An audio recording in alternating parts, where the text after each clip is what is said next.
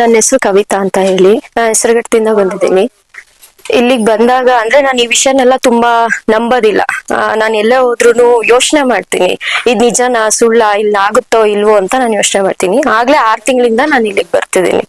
But ಇಲ್ಲಿ ಬಂದಾಗ ನನಗ್ ಫಸ್ಟ್ ಗೊತ್ತಾಗಿದ್ದು, ನಾನ್ ಪೂಜೆ ಮಾಡ್ಬೇಕಾದ್ರೆ ದೇವ್ರನ್ನ ಕೇಳ್ದೆ, ನಾನು ಹೂವ ಕೇಳ್ದೆ. ಯಾಕಂದ್ರೆ ನಂಗೆ ಗೊತ್ತಿರ್ಲಿಲ್ಲ ಹೂವ ಕೊಡುತ್ತಾ ಇಲ್ಲ ಅನ್ನೋದು ನಂಗೆ ಗೊತ್ತಿರ್ಲಿಲ್ಲ. ನನ್ ಮನ್ಸಿಗೆ ಅನ್ಸಿದ್ದೇನು ಕೇಳ್ಬೇಕು ಅಂತ ನನಗ್ ಅನ್ನಿಸ್ತು. ಇಲ್ಲಿ ನಿಜನಾ ಸುಳ್ಳ, ಇಲ್ಲಿ ಇದೆಯೋ ಇಲ್ವೋ ಅಂತ ಕೇಳ್ಬೇಕು ಅಂತ ನಾನು ಕೇಳಿದ ತಕ್ಷಣ ಹೂವ ಬಿತ್ತು. ಅವಾಗ್ಲೇ ನನಗೆ ಗೊತ್ತಾಗಿದ್ದು ಇಲ್ಲಿ ಹೂವ ಸಿಗುತ್ತೆ ಅಂತ ಹೇಳಿ. ಅದಾದ್ಮೇಲೆ ಅವ್ರ ಪೂಜೆ ಆದ್ಮೇಲೂ ನಾನು ಇಲ್ಲಿ ಕೇಳ್ದೆ, ಹೂವ ಆಯ್ತು ನನಗೆ.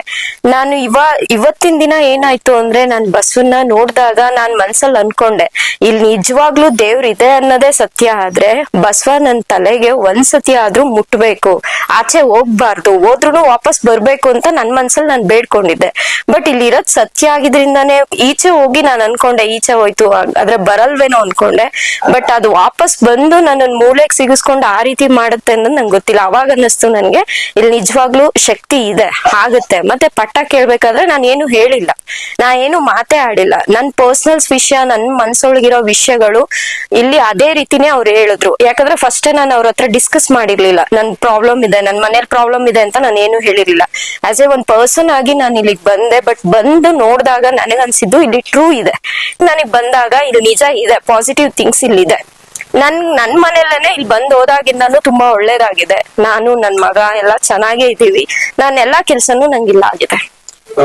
ಸಮಸ್ಯೆ ಇರೋರು ಇಲ್ಲಿ ಬರ್ಬೇಕು ಅಂತ ಅನ್ಕೊಳ್ತೀರಾ ಅಂತ ಅವ್ರಿಗೆ ಏನು ಬಯಸ್ತೀರಾ? ಬರ್ಬೋದು ಆರಾಮಾಗಿ.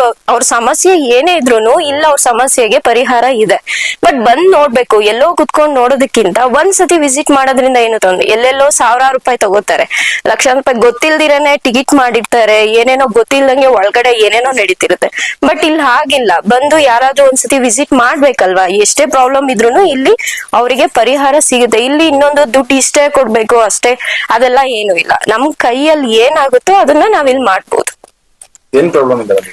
ನನ್ ಮನೆ ಪ್ರಾಬ್ಲಮ್ ತುಂಬಾ ಇತ್ತು. ನನ್ ಬಿಸ್ನೆಸ್ ಮುಂದೆ ಕಂಟಿನ್ಯೂ ಆಗ್ತಿರ್ಲಿಲ್ಲ. ಮುಂದೆ ನಾನು ತುಂಬಾ ಚೆನ್ನಾಗಿದೆ. ನಾನು ಪ್ರೊಫೆಷನಲ್ ಮೇಕಪ್ ಆರ್ಟಿಸ್ಟ್. ನಾನೊಂದು ವರ್ಕ್ ಮಾಡ್ತೀನಿ. ಅದ್ರಲ್ಲಿ ತುಂಬಾ ಕೆಳಗಡೆ ಬಿದ್ದಿದೆ ನಾನು ಇಲ್ಲಿ ಬಂದ್ಮೇಲೆ ಈಗ ನಾನು ತುಂಬಾ ಚೆನ್ನಾಗಿದ್ದೀನಿ. ನನ್ ಮನ್ಸಿಗೂ ಸಮಾಧಾನ ಇದೆ, ನಾನು ಆರಾಮಾಗಿದ್ದೀನಿ. ನನ್ ಮಗನ್ಗೂ ಅಷ್ಟೇನೆ, ನನ್ ಮಗ 2nd ಇಯರ್ ಓದ್ತಿದ್ದಾನೆ.